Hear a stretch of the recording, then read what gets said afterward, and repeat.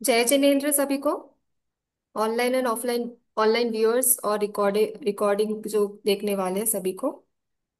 तो आज का जो टॉपिक रहेगा वो आत्मा, जो हम लोग लास्ट टाइम जो कवर कर रहे थे उसको कंप्लीट करेंगे और फिर नया टॉपिक निर्वाण का टॉपिक शुरू करेंगे। तो यहाँ पे एक क्वेश्चन आता था लास्ट क्लास में कि कोई नित्य आत्मा नहीं है। यहाँ तक हमने ये प्रूफ कर दिया है कि आत्मा नित्य नहीं होती। तो यहाँ पे सवाल है कि जब कोई नित्य आत्मा नहीं है तो मन के क्षणिक होने से शरीर के नष्ट हो जाने पर अच्छे बुरे कर्मों का विपाक कैसे होगा, ये सवाल है। तो यहाँ पे जो बौद्ध दर्शन है वो यह नहीं मानते कि हम जो कुछ भले बुरे काम करते हैं उसे लिखने के लिए ईश्वर ने हमारे पीछे दूत लेकर रखा है। जैसे बोलते हैं ना कि हमारे कर्मों का अकाउंट कौन रख रहा है, जब आत्मा नहीं है तो अच्छे बुरे कर्मों का अकाउंट कौन रख रहा है। तो यहाँ पे ईश्वर ने कोई दूत नहीं छोड़ा है। तो हम जो भी अच्छे या बुरे जैसे भी हम कार्य करते हैं, हमारे जैसे भी कर्म होते हैं, सभी कर्मों का उद्गम हमारा मन होता है। जो भी बुरे भले कर्म है उसका उद्गम हमारा मन होता है।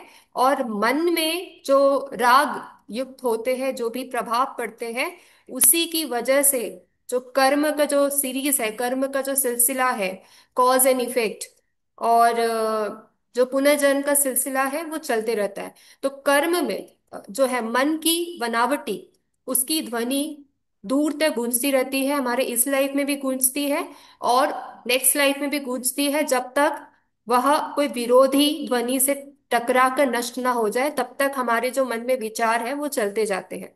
तो इससे क्या होता है, जितना ही मन कड़ा होता जाता है उतना ही उसमें माननिक चिंतन और विकासों की योग्यता कम होती जाती है। जितना हम लोग स्ट्रांगली लेके चलते हैं कि ये डिजायर से हमें, ये तृष्णा से हमें कोई मोह नहीं होना चाहिए, उतना ही हमारा मन में जो विचार है वो कम होते जाते हैं। तो यहाँ पे जो भी अच्छे बुरे मनोभाव है उससे अगर हमें निकलना है, उसको हमें कम करना है, तो उसके लिए हमें क्या करना पड़ेगा, हमें जो तृष्णा है, हमारी जो डिजायर है, जो मोह हो जाता है कोई भी ऑब्जेक्ट या वस्तु को लेके, उसे कम करना है। तो ये तुरंत तो नहीं होगा, पर जैसे जैसे हम चीजों को समझेंगे कि मटेरियलिस्टिक चीजें जो है वो काफी मोमेंट्री है, इसका अंत है, और उसमें उससे हम मोह होना छोड़ देंगे तो वहीं पे हमारे कर्मों का विनाश होने लगेगा। तो हमें उसकी जब लालसा नहीं होगी, जब उसके लिए हमें मोह नहीं होगा, तो हमारे कर्म भी धीरे धीरे खत्म होते जाएंगे। तो यही वरासत का सिलसिला हमारे जो भी है वृद्धपन तक चलता रहता है, जब तक हम ये सोच ना ले, समझ ना ले कि मटेरियलिस्टिक चीजें मोमेंट्री होती है। तो सिलसिला जो है कर्मों का वो जन्म से लेकर मृत्यु तक चलते रहता है। और अपने जो पिछले अनुभव है वो हमारे इस जीवन में हमें देखने को मिलते हैं। कभी कभी जैसे एग्जाम्पल के तौर पे, अगर कोई बेबी है उसको पानी में डाल दिया जाता है तो बोलते हैं कि वो स्विमिंग अपने आप करने लगते हैं। अब उनको स्विमिंग किसने सिखाया, वो तो सीख के नहीं आए हैं। तो ये जो है, ये जो उन्होंने जैसे बोल सकते हैं जो अकाउंट है कि वो उनको ये सारी चीजें आ रही है पहले से, क्योंकि वो पहले ही इंसानों ने सीख लिया है तो वो ट्रांसफर हो गया है। और वो ट्रांसफर की वजह से कोई जो नया बेबी है उसमें भी ये गुण दिखने लगते हैं। सो इसी वजह से जो बोलते हैं वो कर्म का सिलसिला चलता रहता है। और जीवन को नित्य मानने में बहुत ही दोष होते हैं। इसलिए उसको नित्य नहीं मानते हैं। तो सिर्फ अगर उसको नित्य मानेंगे, आत्मा को नित्य मानेंगे, तो हम ये भी बोल सकते हैं कि वो अमर है। जो अमर होते हैं वो अजन्मी होते हैं। तो जब आत्मा अजन्मी है तो कहाँ जाते हैं वो, जब हमारा जो लाइफ का जो साइकिल शुरू होने वाला रहता है या अंत हो जाता है तो आत्मा जाती कहाँ है।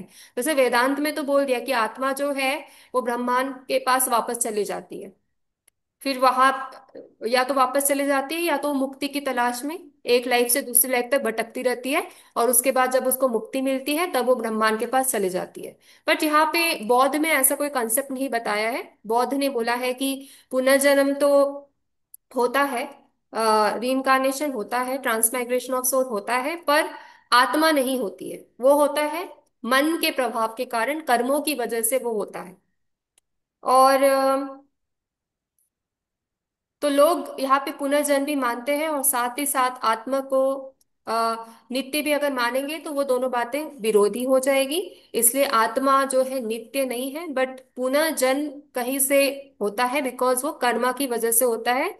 जो बोल रहे, जो स्कंद, जो बौद्ध ने स्कंद को माना है, स्कंद जो मिश्रित होते हैं, एक प्रकार से मिलते हैं, उसके प्रभाव के कारण तृष्णा उत्पन्न होती है, वेदना फीलिंग्स होती है, ये सब की वजह से हमें लगता है कि पुनर्जन्म हो रहा है। सेम विचार वाला इंसान फिर से धरती पर आ रहा है, बट वो असलियत असलियत में आत्मा का कोई भी रूप को स्वीकार नहीं किया है। तो यहाँ पे एक और एक प्रश्न है कि यदि मन तथा आत्मा एक है और वो क्षणिक है, तो अनेकता में मैं पहले था, मैं विशेष हूं, ऐसा भाव क्यों आता है? तो ऐसा भाव इसलिए आता है क्योंकि हमारी जो चीजों को लेके जो लालसा है वो बहुत ही गुणात्मक में बढ़ जाती है, और उसी वजह से हमारा जो श्रेष्ठपन है, हमारा जो लालच है, वो बढ़ते जाता है। सो इस प्रकार से हमें दुनिया को देखना है, इस प्रकार से हमें शरीर को देखना है, मन को देखना है। और बौद्ध दर्शन के हिसाब से आत्मा को यहाँ पे नकारा है। रीजन वही है कि आत्मा अगर अजन्म है, तो आत्मा अजन्म है तो उसका विनाश भी नहीं है। और जब विनाश नहीं है तो वो नित्य, अजन्म है तो वो नित्य नहीं हो सकता है। तो ये प्रकार, इस प्रकार के उन्होंने रीजन दिया है आत्मा को नकारने में। तो यहाँ पे ये समझ आता है हमें कि आत्मा क्यों नहीं होता है। दुनिया क्षणिक होती है, जब क्षणिक होती है तो सब कुछ जब डिस्ट्रॉय होता है, तो आत्मा जैसी चीज भी डिस्ट्रॉय होने की पूरी चांसेस है। जब डिस्ट्रॉय होती है तो उसका जन्म भी नहीं होता है। तो इस प्रकार से उन्होंने अपनी थ्योरी दी है। तो यहाँ पे एक ही कंसेप्ट आपको याद रखना है कि जो तृष्णा है उसको छोड़ के दुख के मार्ग को रोकना है, क्योंकि दुनिया में अधिकांश दुख तृष्णा और स्वार्थ के कारण ही तो है। तो इस प्रकार मन के क्षणिक होने पर, चूंकि चित्त संतति क्षणिक नहीं है, इसलिए उसकी पूर्णता और परिशुद्धि करनी पड़ती है। हमारा चित्त भी हमको शुद्धि करना पड़ता है। इसलिए उन्होंने कर्मा थ्योरी को माना है कि अगर आप अच्छे कर्म करोगे तो आपकी जो चित्त है, आपकी जो कॉन्शियसनेस है, उसकी शुद्धि हो सकती है। जब उसकी शुद्धि हो जाएगी तो आप कोई भी विचार को लेके आप अंत समय तक नहीं जाओगे। अगर आप विचार को लेके जाओगे तो आपके वही विचार फिर से आएंगे, वही जो भावनाएं हैं फिर से आएंगी, उसको पुनर्जन्म जैसे बोले हैं। बट अगर वो शुद्धि आप इसी जन्म में कर देते हो तो उसके आने के चांसेस कम हो जाते हैं। तो आत्मा को नित्य कुटस्थ आत्मा न मानते हैं, और उसके स्थान पर क्षण क्षण उत्पन्न होने वाले चित्त की संति को माना जाता है। तो शब्द पर हमारा कोई आग्रह नहीं है, और आत्मा शब्द नित्य चेतन वस्तु के लिए व्यवहार होता था। इसलिए बुद्ध ने आत्म शब्द का मन मन आत्म लाइक मन शब्द का प्रयोग किया, आत्मा शब्द का प्रयोग नहीं किया है। ठीक है। तो ये हो गए आत्मा के विचार। आज जो मेन कंसेप्ट है वो है निर्वाण। बौद्ध दर्शन ने निर्वाण को क्या बोला है, निर्वाण क्या होता है, वो हम देखते हैं। आपको दिख रहा है टॉपिक, बौद्ध दर्शन में निर्वाण की अवधारणा? Yes ma'am. हाँ। तो ये जो निर्वाण का कंसेप्ट है वो काफी सरल है, तो इसको हम समझने की कोशिश करते हैं। तो महात्मा बुद्ध द्वारा, जैसे कि हमने अभी तक पढ़ते आए हैं कि महात्मा बुद्ध द्वारा चार आर्य सत्यों को माना गया है। दुख होता है, दुख का निवारण होता है, ये होते हैं आर्य सत्य। तो आर्य सत्यों में जो तृतीय आर्य सत्य है, जो कि दुख निरोध, उसी को बोलते हैं निर्वाण। जो थर्ड नोबल ट्रुथ है, दुख निरोध, उसको बोलते हैं निर्वाण। सो बौद्ध दर्शन ने दो प्रकार के निर्वाण को माने हैं। पहला जो है वो सोपाधि शेष, दूसरा जो है निरुपाधि शेष। सोपाधि शेष मतलब जब शरीर के होते हुए आप निर्वाण अचीव कर लेते हो तो सोपाधि शेष हो जाता है। जब शरीर खत्म हो जाता है उसके बाद आप निर्वाण अचीव करते हो तो वो निरुपाधि शेष होता है। तो यहाँ पे जो अगर पहले वाले निर्वाण को अचीव करना है तो उसके लिए अविद्या, राग, क्लेश, ये सारे को हमें इससे मुक्त होना पड़ेगा। तो उसको ही सोपाधि शेष निर्वाण कहते हैं। और जब रूप, ये जो हमारे स्कंद है, रूप, वेदना, संज्ञा, संस्कार, विज्ञान रूपी ये पंच स्कंद भी शेष नहीं रह जाते, तो उसे निरूपाधि शेष निर्वाण कहते हैं। मतलब स्कंदों से हमारा शरीर तैयार होता है। हमारे जो शरीर होता है उसमें नाम रूप होता है, वेदना होता है, मतलब फीलिंग्स होता है, नॉलेज होता है, उसमें इन पुराने पिछले जन्म के संस्कार होते हैं, उसमें कॉन्शियसनेस होता है, ये स्कंद बोलते हैं, पंच स्कंद। ये भी जब नहीं होता है तो उसको निरूपाधि शेष निर्वाण बोलते हैं। रूप भी नहीं होता है तो उसे निरूपाधि शेष निर्वाण कहते हैं। तो निर्वाण के जो मुख्य शब्द हैं वो, उसमें हमें अविद्या, राग, द्वेष, क्लेश, तृष्णा, ये सबसे मुक्ति पाना है, उसको निर्वाण कहते हैं। सो यहाँ पे आर्य सत्यों की महत्वपूर्णता बताई है बौद्ध ने। पहला आर्य सत्य है दुख, दूसरा है दुख समुदय, तीसरा है दुख निरोध, एंड फोर्थ है दुख निरोध मार्ग। तो जन्म से लेकर मृत्यु तक का समस्त जीवन दुखी है, और मृत्यु भी इस दुख का अंत नहीं है, क्योंकि मृत्यु के बाद भी पुनर्जन्म है, और फिर जन्म के बाद मृत्यु है। तो इस प्रकार देखा जाए तो जो भाव चक्र है वो चलता ही रहता है, एवं जो व्यक्ति है इस भाव चक्र में उलझकर दुख भोगता ही रहता है। तो दुख की उत्पत्ति को दुख समुदय कहते हैं, जिसके द्वादश कारण माने गए हैं, जो कि है अविद्या, संस्कार, विज्ञान, नाम रूप, षडायतन, स्पर्श, वेदना, तृष्णा, उपादान, भव, जाति एवं जरा मरण। तो इसे ही द्वादश निदान चक्र कहते हैं, और इसको संसार चक्र, भव चक्र, धर्म चक्र, ये सब भी कहते हैं। तो दुख के इन्हीं द्वादश कारणों के निदान से दुख का निरोध संभव है, और एवं यह दुख निरोध ही निर्वाण है। तो निर्वाण क्या होता है? दुख निरोध, जो तीसरा आर्य सत्य है, वही निर्वाण कहलाता है।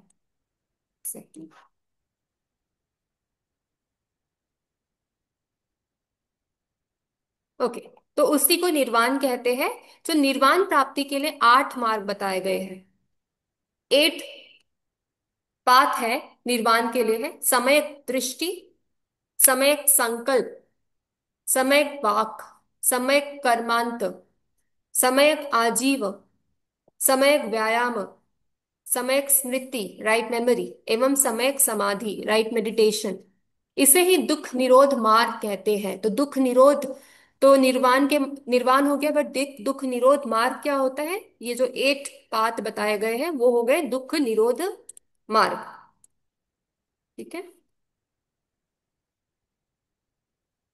अब बुद्ध के अनुसार निर्वाण जो है परम तत्व है, जो अतीन्द्रिय बुद्धि, विकल्प विकल्प अतीत एवं अनिर्वचनीय है।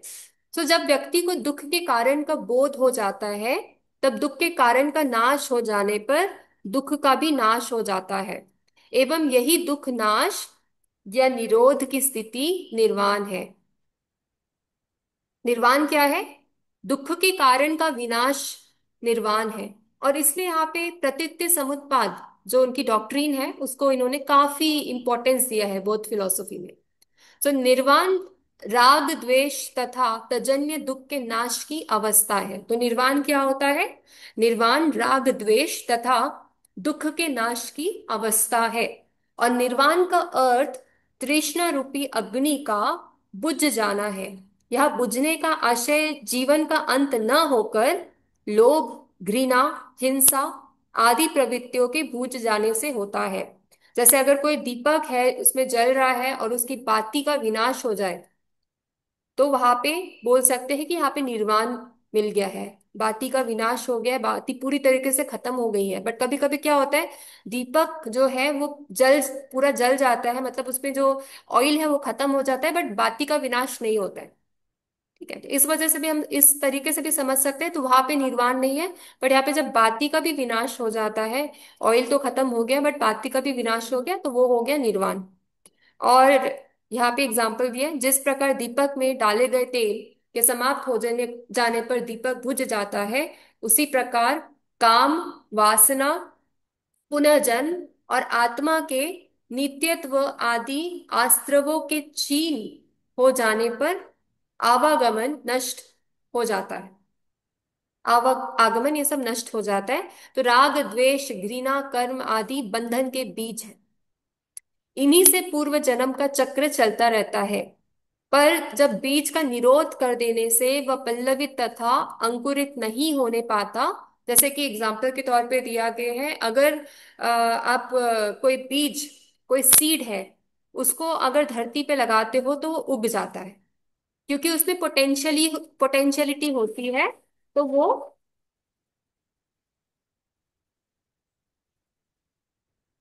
उग जाता है। बट अगर आप बीज को भून के अब धरती पे डालोगे तो वो उगेगा नहीं।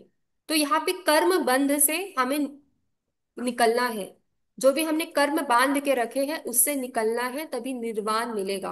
आपने सोच के रखा है कि हमें ये सब जिंदगी में करना है, ये करके ही खत्म होना है, ये सब चीजें से तो वो बंध जाते, कर्म बंद हो जाते हैं।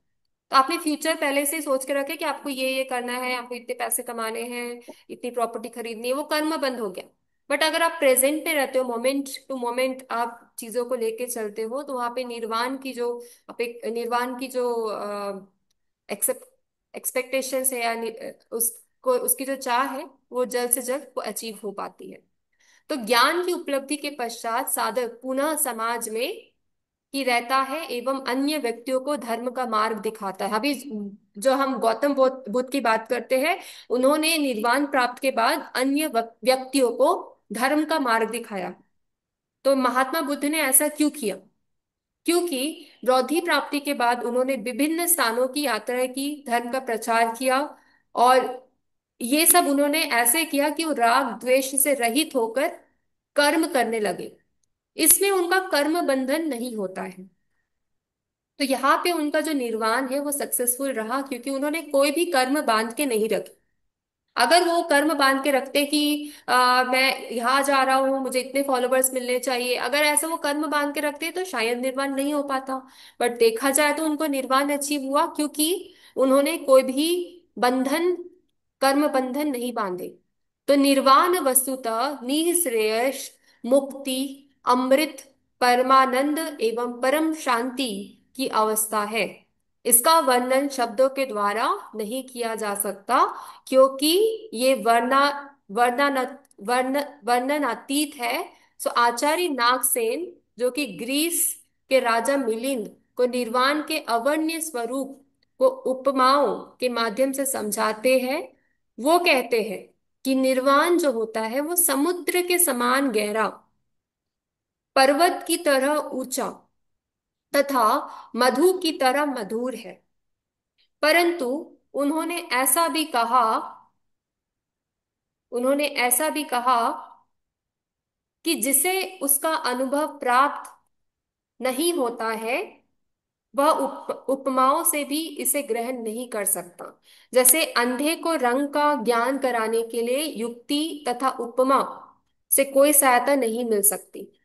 अगर कोई अगर ब्लाइंड पर्सन है, उसको अगर आपको बताना है कि कौन सा कलर है, क्या है, तो उसमें आप वो चीजें नहीं बता पाओगे, क्योंकि वो नहीं समझ पाएंगे। अगर आप उनको कंसेप्ट के थ्रू बताओगे कि ये कलर कौन सा है, रेड क्या होता है, ग्रीन क्या होता है, तो वो नहीं बता पाओगे, क्योंकि ये सारी चीजें अनुभव वाली चीजें होती है। अनुभव किए बिना हम कुछ चीजों को नहीं समझ पाते हैं। तो अनुभव तो इम्पोर्टेंट है, बट अनुभव में बंधन कर लेना वो जरूरी नहीं है। अगर वो कर लिया तो निर्वाण नहीं होगा, ऐसा बौद्ध दर्शन का कहना है। और बौद्ध के प्रसिद्ध ग्रंथ धम्मपद धम्मपद में भी कहा गया है कि स्वास्थ्य की प्राप्ति बड़ा लाभ है, संतोष ही सबसे बड़ा धन है, और विश्वास ही सबसे बड़ा संबंधी है, और निर्वाण ही परम सुख है। तो माध्यमिक आचार्य जो थे, माध्यमिक जो दर्शन है, माध्यमिक फिलॉसफी के जो आचार्य है नागार्जुन, उनका कहना है कि निर्वाण न भाव रूप है, न अभाव रूप है, न उभय रूप है, और न नोभय रूप है। तो निर्वाण की जो अवस्था है वो जो भी कर्म बंध है उससे मुक्ति है, उसी के कंसेप्ट को निर्वाण बताया गया है। तो जैसे कि मैंने आपको स्टार्टिंग में ही बताया, बौद्ध दर्शन में निर्वाण के दो भेद माने गए हैं। सोपाधिशेष, जब आपकी शरीर रहती है और आप निर्वाण अचीव कर लेते हो तो सोपाधिशेष हो जाता है। और निरुपाधिशेष मतलब जो आपके जो स्कंद है, पांच स्कंद है, जो वेदना, जो तृष्णा, ये स्कंद भी जब निकल जाते हैं, खत्म हो जाते हैं, तो वो निरुपाधि शेष निर्वाण होते हैं। तो जिस निर्वाण के स्कंद मात्र भी शेष नहीं रहते, वो निरुपाधि शेष निर्वाण होते हैं। तो अर्थात सोपाधि शेष निर्वाण अविद्या आदि क्लेशों से रहित अवस्था है, किंतु इसमें साधक का शरीर विद्यमान रहता है। और जब यह क्लेश रहित स्कंद भी समाप्त हो जाता है तो निरुपाधि शेष निर्वाण प्राप्त होता है। तो ये पंच स्कंदों का सर्वथा निरोध है। और शरीर में रहने पर साधक वेदना का अनुभव करता है। शरीर में हम रहते हैं तो हमें आए दिन हमारी फीलिंग्स, हमें इमोशंस, ये सारी चीजों का हमें अनुभव होता रहता है। तो शरीर के रहने पर साधक वेदना का अनुभव करता है, और जब शरीर समाप्त हो जाता है तो वेदना और विचार भी शांत हो जाते हैं। तो हीनयान आचार्यों का कहना है कि न केवल सोपाधि शेष निर्वाण, जबकि हीनयान आचार्यों ने केवल सोपाधि शेष निर्वाण को ही स्वीकार किया है, और जो महायानी है वो आचार्यों ने निरुपाधि शेष निर्वाण को भी स्वीकार किया है। तो महायान जो कि जिन्होंने मोस्टली जो अपने व्याख्यान किए वो संस्कृत में किए हैं, तो उन्होंने निरुपाधि शेष को भी स्वीकार किया है, जो कि एडवांस फॉर्म ऑफ जो निर्वाण स्टेज बता रहे हैं वो निरुपाधि शेष है। जो बेसिक फॉर्म ऑफ निर्वाण है वो सोपाधि शेष है। तो निर्वाण के उपयुक्त दोनों भेद वैदिक दर्शनों के क्रमशः जीवन मुक्ति और विदेह मुक्ति की अवधारणा के समतुल्य है। जीवन मुक्ति भी चाहिए, विदेह मुक्ति भी चाहिए। ये होता है निर्वाण का जो रियल डेफिनेशन होता है, वो इसी को बोलते हैं कि आपको जीवन मुक्ति भी चाहिए और विदेह मुक्ति भी चाहिए। तो ये हो गया निर्वाण का कंसेप्ट बौद्ध दर्शन के अकॉर्डिंग। यहाँ पे अगर आपको कुछ शब्द समझ नहीं आए हैं या कोई विचार समझ नहीं आए हैं तो आप पूछ सकते हैं। मैम, तो महायान जो है तो वो तो दोनों को मानते हैं, शरीर मुक्ति और आत्म मतलब वो सारे स्कंध मुक्ति भी जो है वो। तो हीनयान क्यों नहीं मानते हैं? उनको लगता है कि खाली जो राग द्वेष अगर दूर हो जाता है तो उससे सब कुछ हो जाएगा यूं। हाँ, वो उन चीजों की मानते हैं जिन चीजों के सच को वो परख सकते हैं, जिन चीजों के सच को परख भी सकते हैं, प्लस इस लाइफ के रहते हुए डिफाइन कर सकते हैं, वो तो उन बुद्ध चीजों को ने ही भी तो मानते वही हैं। कहा ना। बुद्ध भी तो वही कहते हैं कि जो हाँ चीज अनुभव या सामने दिखती है तो वही हमें मानना चाहिए, जिसको नहीं है तो मौन रह जाओ। हाँ हाँ। तो फिर महायान कैसे फिर उनकी मतलब मानता मानते हैं, लाइक उनको मान्य करते हैं बुद्ध को? महा महायान जो है उन्होंने काफी कॉम्प्लेक्स चीजों को भी डिफाइन किया है। मतलब वो बुद्ध ने जो भी किया ना मैम। ट्रांसेंडेंटल चीजें हैं उसको भी उन्होंने रखा है, उसमें भी उन्होंने सोच विचार किए हैं। क्योंकि ये सारे जो कंसेप्ट्स आते हैं वो काफी मेडिटेशन के बाद आते हैं। तो उन्हें जो लगा, उनके जो गुरु थे उनको जो लगा कि ये चीज हमें माननी चाहिए, ये चीज हमें एक्सेप्ट करनी चाहिए, वो चीजों को उन्होंने अपने जो विचार की जो पुस्तक है, जो विचार की जो लिटरेचर है उसमें वो बताते गए कि ये होती है, ये नहीं होती है। जैसे काफी दर्शन में भी बताया गया कि शरीर के नष्ट होने पे ही निर्वाण मिलता है। आप शरीर के रहते रहते सिर्फ बंध से मुक्ति पा सकते हो। वो जो असल स्टेज में जो निर्वाण है वो शरीर के पूर्ण खत्म होने के बाद ही आपको मिल सकता है। ये सिर्फ बौद्ध में तो फिर नहीं ये बुद्ध बल्कि, की धारणा से अलग हो गया ना मैम महायान वाले। हाँ, हीनयान का कंसेप्ट अलग है और महायान का कंसेप्ट अलग है। हीनयान मोस्टली जो साउथ जो एशियन जो कंट्रीज है वहां पे एस्टेब्लिश है, और जो महायान है वो मोस्टली नॉर्थन साइड में मिलेंगे। तो दोनों के विचार अलग अलग है, क्योंकि जो दोनों के जो गुरु है वो भी अलग अलग है, तो उन्होंने अपने विचार रखे हैं। तो यहाँ पे हमें ये नहीं समझना है कि हीनयान ने क्यों ऐसा महायान ने, क्योंकि वो उनके गुरु ने जो बताया वो लेके चलते गए, नहीं इसलिए नहीं, मैं जो कह रही सेपरेशन हूँ हुआ मैंने। हीनयान से महायान में, इसीलिए सेपरेट हुआ क्योंकि हीनयान जो है वो, जो बौद्ध दर्शन ने जो बताया है, उस उसके जो बुद्ध ने बताया है उसके आगे उन्होंने जाना उतना उचित नहीं समझा। बट महायान जो है वो चीजों को एक्सप्लोर करते गए, जैसे हम और भी जैसे फिलोसफी में जैसे नागार्जुन है, नागार्जुन ने तो फिर किसी को भी ज्यादा एक्सेप्ट नहीं किया, एम्प्टीनेस को उन्होंने बोला है कि एम्प्टीनेस है सब कुछ, कुछ भी नहीं होता है। तो यहाँ पे सबके विचार अलग अलग इसलिए हो जाते हैं क्योंकि फिर वो उनको रिविलेशंस होते हैं, उनको उनको जो ज्ञान स्तोत्र जो हो रहे हैं उनको मेडिटेशन के थ्रू मिल रहे हैं। तो वो जितना गहरा तपस्या करते हैं उसके हिसाब से उनको जो ज्ञान मिलता है फिर वो बताते जाते हैं। तो इस वजह से हमको उनमें भिन्न भिन्न जो विचार है वो दिखते हैं। बट जो मेन जो कंसेप्ट है मोमेंट्रीनेस या क्षणिकवाद, ये सब जो कंसेप्ट है वो दोनों ने ही एक्सेप्ट किया, हीनयान ने भी महायान ने भी एक्सेप्ट किया है। मैं, मेरा ये कहना था कि महायान फिर बुद्ध के कंसेप्ट को नहीं मानते हैं, तो वो बुद्ध बुद्ध नहीं नहीं, दर्शन में क्यों मानते लिए हैं वो गए? बौद्ध के कंसेप्ट को, बट उनका विचार जो है और मॉडिफाइड है। वो बौद्ध के भी दर्शन को मानते हैं बट उनके विचार उससे भी, बौद्ध ने सिर्फ एक चीज पे ज्यादा फोकस किया है, वो है दुख निवारण। क्योंकि दुख जो है वो यूनिवर्सल है, दुख के जो पॉइंट है वो यूनिवर्सल है, वो आप कहीं भी चले जाओ आपको दिखेगा। बट बाकी की चीजें जो है वो यूनिवर्सल नहीं है, मे बी यहाँ पे एक एरिया वो चीज को मानेगा, आत्मा को मानेगा, बट बाकी के लोग आत्मा को नहीं मानेंगे। तो यहाँ पे देखा जाए तो जो बौद्ध ने बाकी चीजों पे इससे ज्यादा विचार नहीं किया है क्योंकि वहां से कॉन्फ्लिक्ट शुरू हो जाएगा।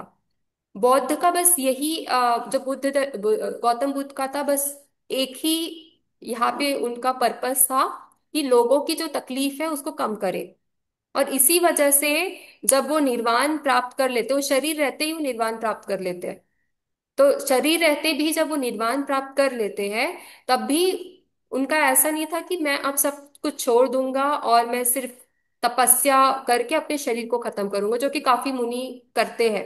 तपस्या से ही वो धीरे धीरे उनका शरीर भी नष्ट हो जाता है।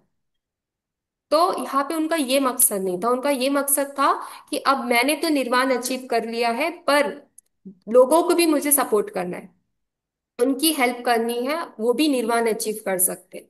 और निर्वाण अचीव करने के लिए जो जो अपने कर्म बंधन है उससे मुक्त होना है, जिससे कि आप दुख से निवारण प्राप्त कर सकते हो। इसलिए तो वो लोगों को जो उनके फोर नोबल ट्रूथ्स है, चार आर्य सत्य है, वो उसको बताना शुरू करते हैं कि आप भी भाव चक्रों को समझिए, भाव चक्रों को समझेंगे तो आप निवारण, दुख का निवारण कर सकते हो और आप भी वो निर्वाण की स्टेज तक पहुंच सकते हो।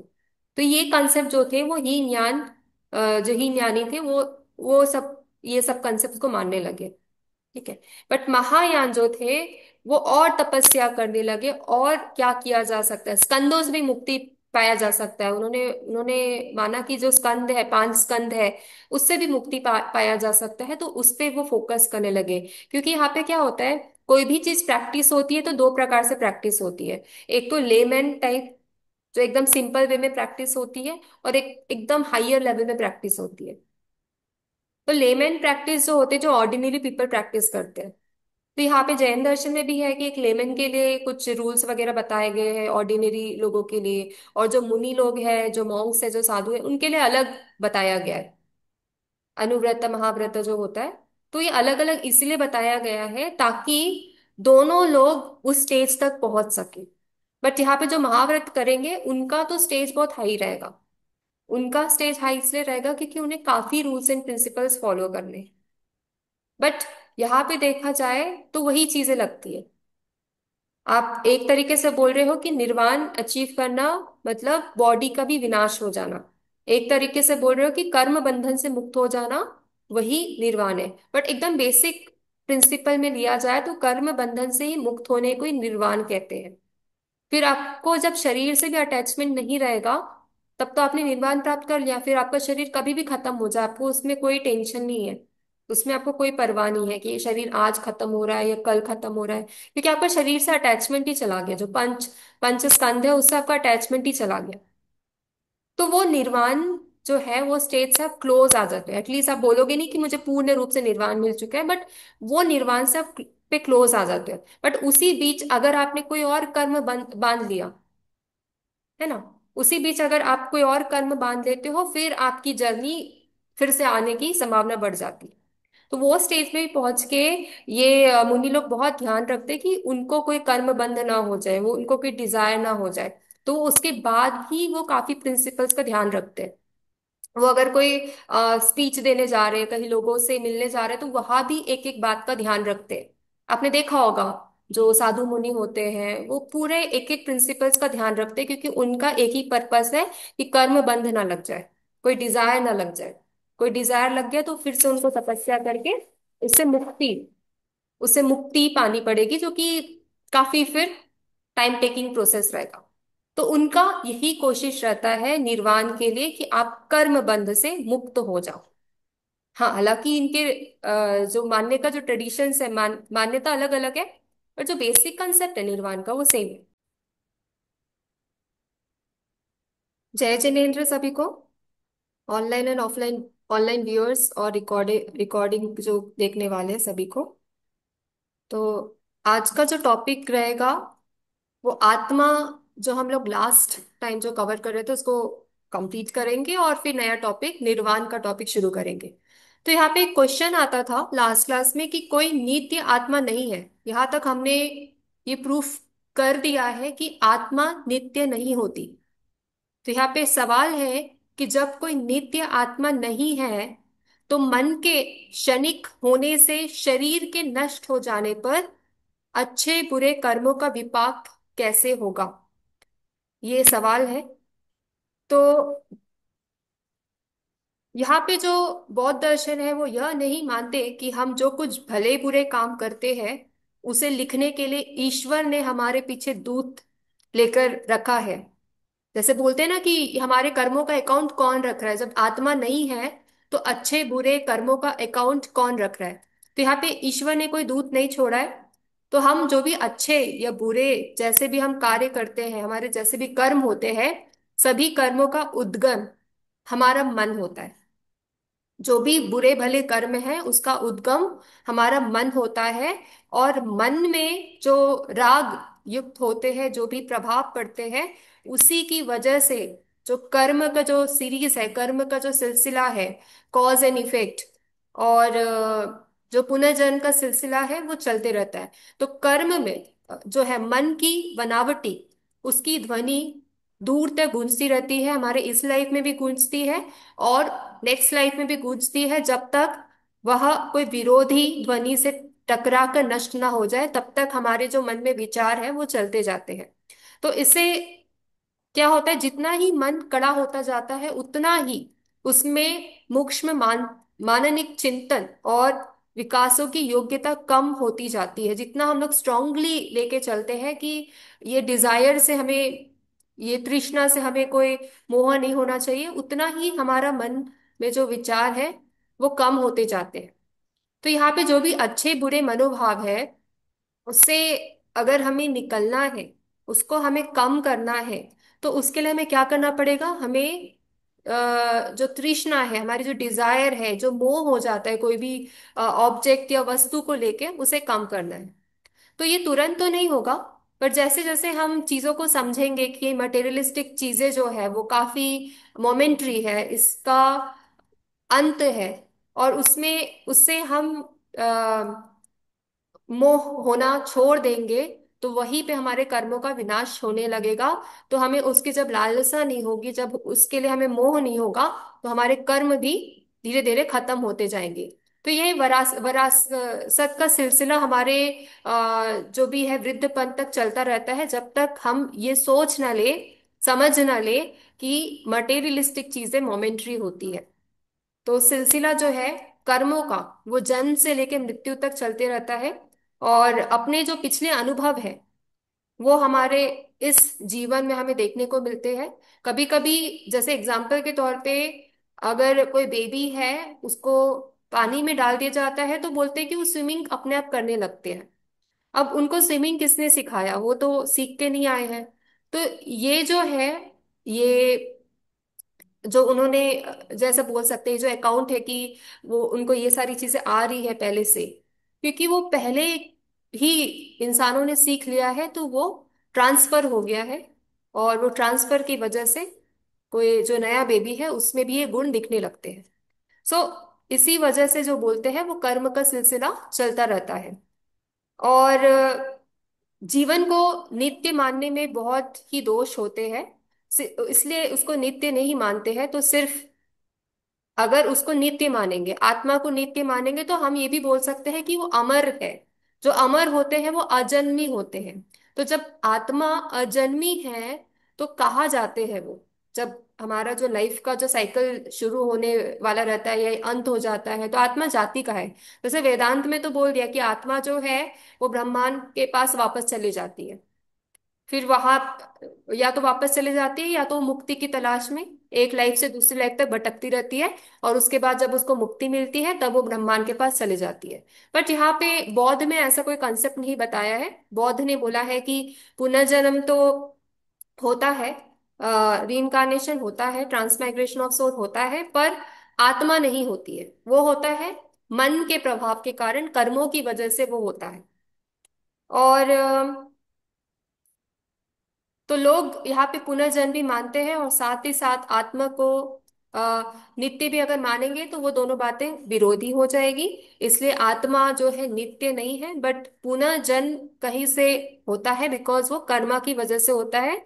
जो बोल रहे, जो स्कंद, जो बौद्ध ने स्कंद को माना है, स्कंद जो मिश्रित होते हैं एक प्रकार से मिलते हैं, उसके प्रभाव के कारण तृष्णा उत्पन्न होती है, वेदना फीलिंग्स होती है। ये सब की वजह से हमें लगता है कि पुनर्जन्म हो रहा है, सेम विचार वाला इंसान फिर से धरती पर आ रहा है, बट वो असलियत असलियत में आत्मा का कोई भी रूप को स्वीकार नहीं किया है। तो यहाँ पे एक और एक प्रश्न है कि यदि मन तथा आत्मा एक है और वो क्षणिक है, तो अनेकता में मैं पहले था, मैं विशेष हूं, ऐसा भाव क्यों आता है?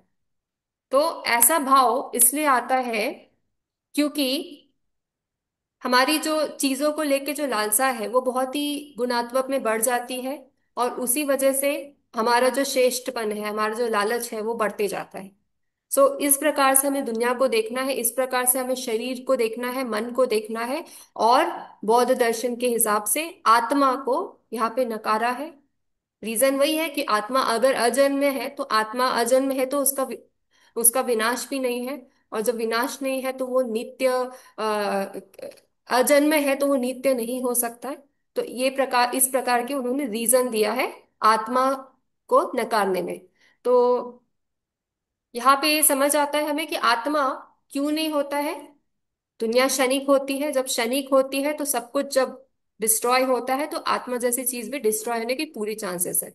जब डिस्ट्रॉय होती है तो उसका जन्म भी नहीं होता है। तो इस प्रकार से उन्होंने अपनी थ्योरी दी है। तो यहाँ पे एक ही कंसेप्ट आपको याद रखना है कि जो तृष्णा है उसको छोड़ के दुख के मार्ग को रोकना है, क्योंकि दुनिया में अधिकांश दुख तृष्णा और स्वार्थ के कारण ही तो है। सो इस प्रकार मन के क्षणिक होने पर, चूंकि चित्त संतति क्षणिक नहीं है, इसलिए उसकी पूर्णता और परिशुद्धि करनी पड़ती है। हमारा चित्त भी हमको शुद्धि करना पड़ता है। इसलिए उन्होंने कर्मा थ्योरी को माना है कि अगर आप अच्छे कर्म करोगे तो आपकी जो चित्त है, आपकी जो कॉन्शियसनेस है, उसकी शुद्धि हो सकती है। जब उसकी शुद्धि हो जाएगी तो आप कोई भी विचार को लेके आप अंत समय तक नहीं जाओगे। अगर आप विचार को लेके जाओगे तो आपके वही विचार फिर से आएंगे, वही जो भावनाएं हैं फिर से आएंगी, उसको पुनर्जन्म जैसे बोले हैं। बट अगर वो शुद्धि आप इसी जन्म में कर देते हो तो उसके आने के चांसेस कम हो जाते हैं।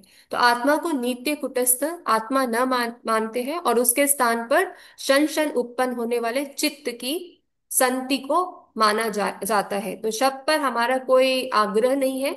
और आत्मा शब्द नित्य चेतन वस्तु के लिए व्यवहार होता था, इसलिए बुद्ध ने आत्म शब्द का मन मन आत्म लाइक मन शब्द का प्रयोग किया, आत्मा शब्द का प्रयोग नहीं किया है। ठीक है। तो ये हो गए आत्मा के विचार। आज जो मेन कंसेप्ट है वो है निर्वाण।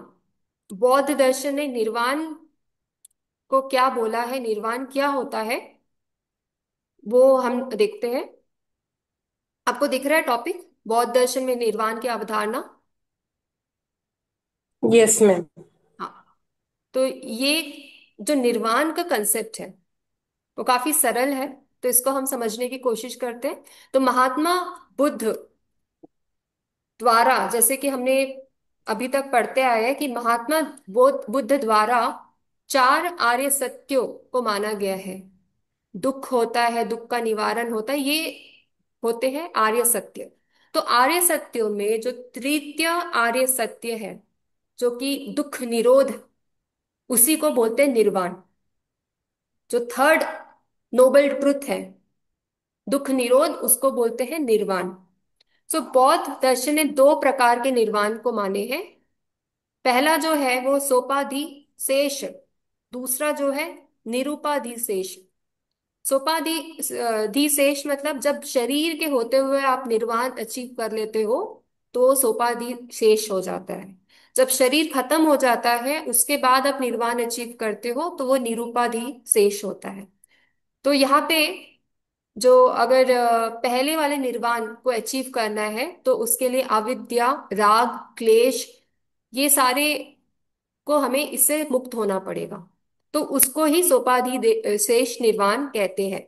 और जब रूप, ये जो हमारे स्कंद है, रूप, वेदना, संज्ञा, संस्कार, विज्ञान रूपी ये पंच स्कंद भी शेष नहीं रह जाते तो उसे निरुपाधि शेष निर्वाण कहते हैं। मतलब स्कंदों से हमारा शरीर तैयार होता है। हमारे जो शरीर होता है उसमें नाम रूप होता है, वेदना होता है, मतलब फीलिंग्स होता है, नॉलेज होता है, उसमें इन पुराने पिछले जन्म के संस्कार होते हैं, उसमें कॉन्शियसनेस होता है, ये स्कंद बोलते हैं, पंच स्कंद। ये भी जब नहीं होता है तो उसको निरूपाधि शेष निर्वाण बोलते हैं। रूप भी नहीं होता है तो उसे निरूपाधि शेष निर्वाण कहते हैं। तो निर्वाण के जो मुख्य शब्द हैं वो, उसमें हमें अविद्या, राग, द्वेष, क्लेश, तृष्णा, ये सबसे मुक्ति पाना है, उसको निर्वाण कहते हैं। सो यहाँ पे आर्य सत्यों की महत्वपूर्णता बताई है बौद्ध ने। पहला आर्य सत्य है दुख, दूसरा है दुख समुदय, तीसरा है दुख निरोध, एंड फोर्थ है दुख निरोध मार्ग। तो जन्म से लेकर मृत्यु तक का समस्त जीवन दुखी है, और मृत्यु भी इस दुख का अंत नहीं है, क्योंकि मृत्यु के बाद भी पुनर्जन्म है, और फिर जन्म के बाद मृत्यु है। तो इस प्रकार देखा जाए तो जो भाव चक्र है वो चलता ही रहता है, एवं जो व्यक्ति है इस भाव चक्र में उलझकर दुख भोगता ही रहता है। तो दुख की उत्पत्ति को दुख समुदय कहते हैं, जिसके द्वादश कारण माने गए हैं, जो कि है अविद्या, संस्कार, विज्ञान, नाम रूप, षडायतन, स्पर्श, वेदना, तृष्णा, उपादान, भव, जाति एवं जरा मरण। तो इसे ही द्वादश निदान चक्र कहते हैं, और इसको संसार चक्र, भव चक्र, धर्म चक्र, ये सब भी कहते हैं।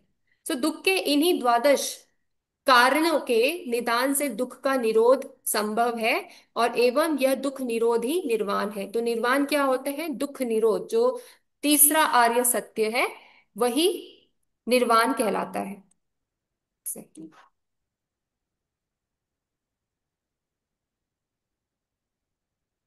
ओके। तो उसी को निर्वाण कहते हैं। तो निर्वाण प्राप्ति के लिए 8 मार्ग बताए गए हैं। 8 पाथ है निर्वाण के लिए, है समय दृष्टि, समय संकल्प, समय वाक, समय कर्मांत, समय आजीव, समय व्यायाम, समय स्मृति, राइट मेमोरी, एवं समय समाधि, राइट मेडिटेशन। इसे ही दुख निरोध मार्ग कहते हैं। तो दुख निरोध तो निर्वाण के निर्वाण हो गया, बट दुख निरोध मार्ग क्या होता है? ये जो 8 पाथ बताए गए हैं वो हो गए दुख निरोध मार्ग। ठीक है। अब बुद्ध के अनुसार निर्वाण जो है परम तत्व है, जो अतीन्द्रिय, बुद्धि, विकल्प विकल्प अतीत एवं अनिर्वचनीय है। तो जब व्यक्ति को दुख के कारण का बोध हो जाता है तब दुख के कारण का नाश हो जाने पर दुख का भी नाश हो जाता है। एवं यही दुख नाश या निरोध की स्थिति निर्वाण है।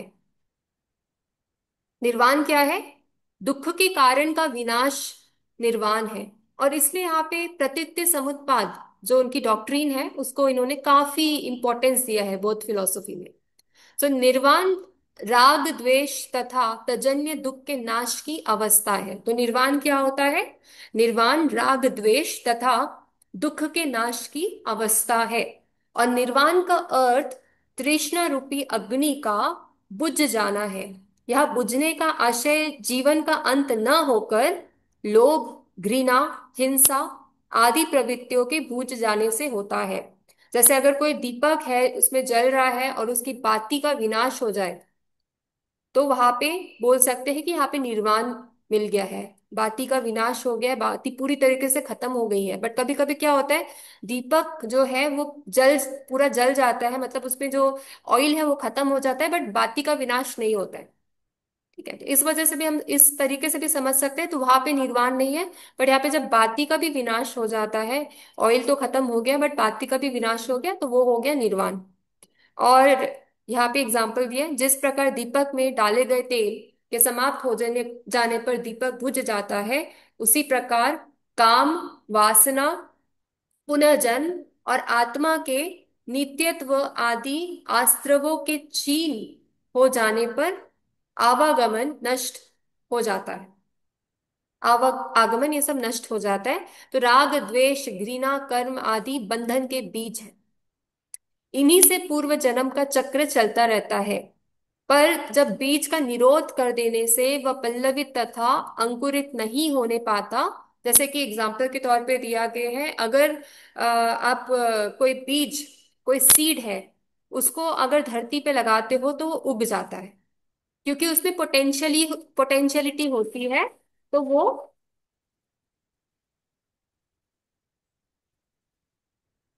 उग जाता है। बट अगर आप बीज को भून के आप धरती पे डालोगे तो वो उगेगा नहीं। तो यहाँ पे कर्म बंध से हमें निकलना है।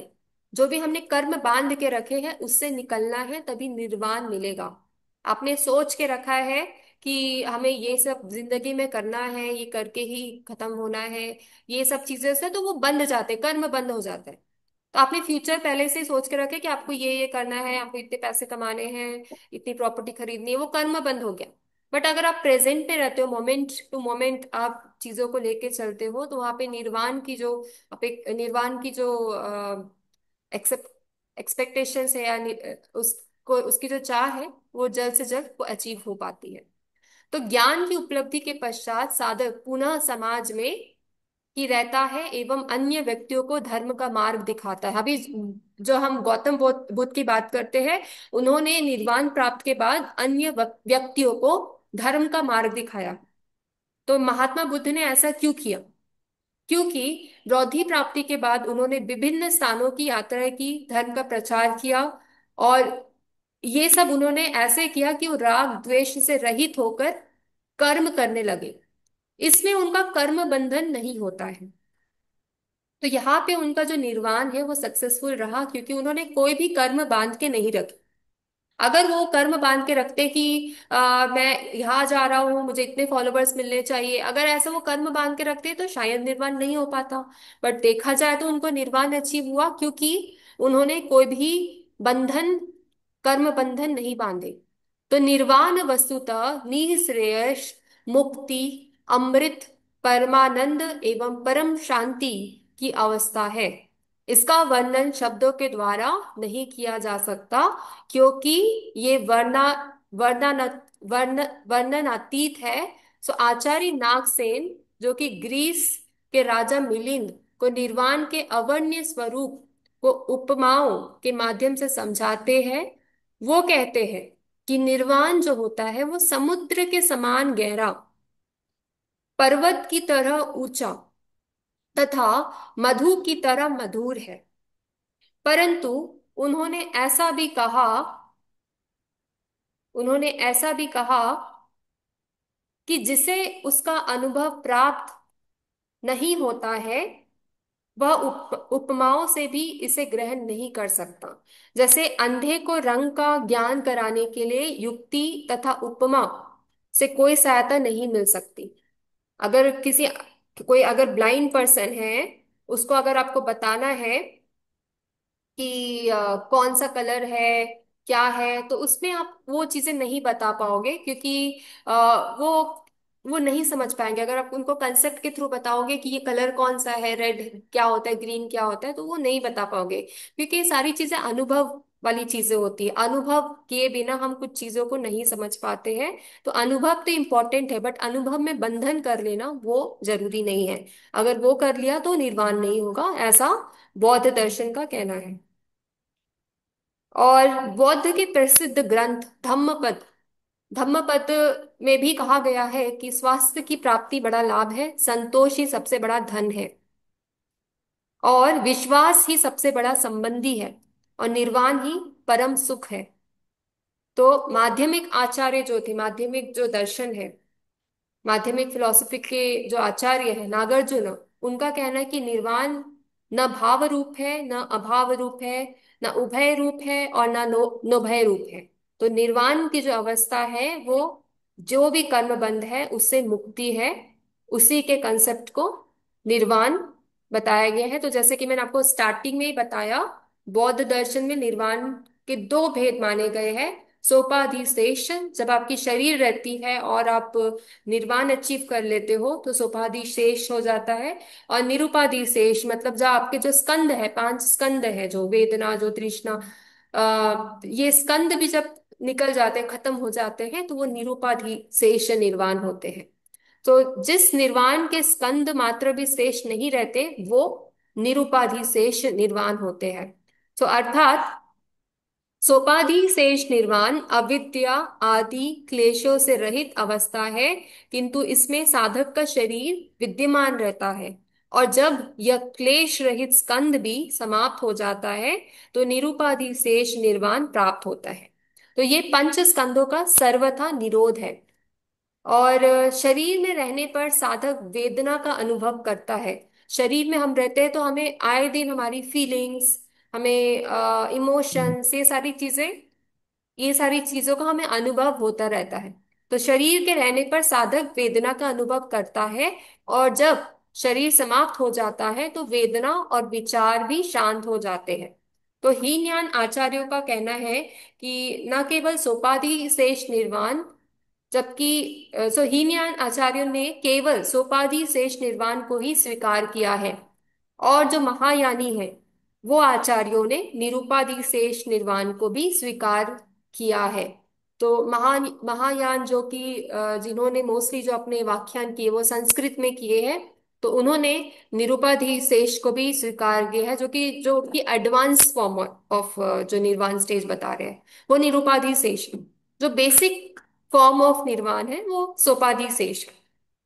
सो निर्वाण के उपयुक्त दोनों भेद वैदिक दर्शनों के क्रमशः जीवन मुक्ति और विदेह मुक्ति की अवधारणा के समतुल्य है।